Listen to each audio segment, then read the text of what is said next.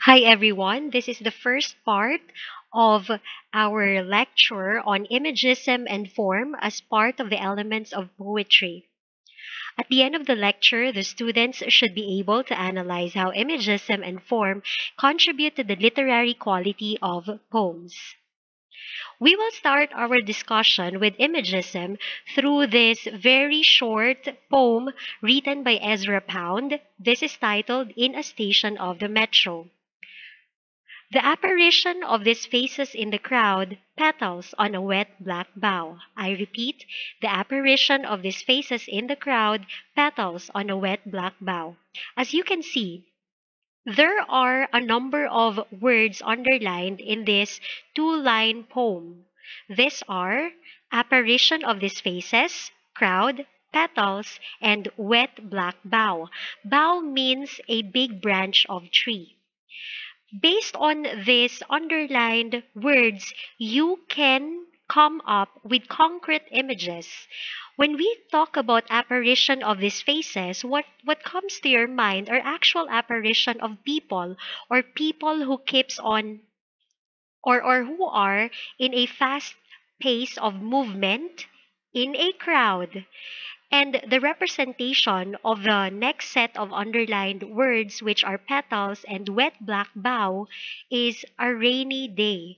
So, with these underlined words, using imagery, we could tell that the definition of the poem is that there are people in fast paced movement in a crowd in a station of the metro one rainy day. So, who is the author of this poem? Ezra Pound is generally considered as the most responsible for defining and promoting a modernist aesthetic in poetry. His significant contribution to poetry is Imagism. Imagism is a strand of modernism, writing of free verse and devoted to clarity of expression through the use of precise visual images.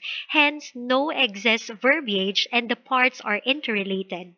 So, going back to this very short poem by Ezra Pound, you could see that all words here are interrelated with each other.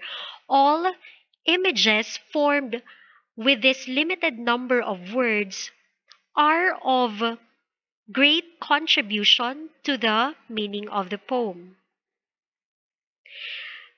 Imagism also refers to the use of language of common speech, but to employ always the exact word and making sure that all these words are self sufficient.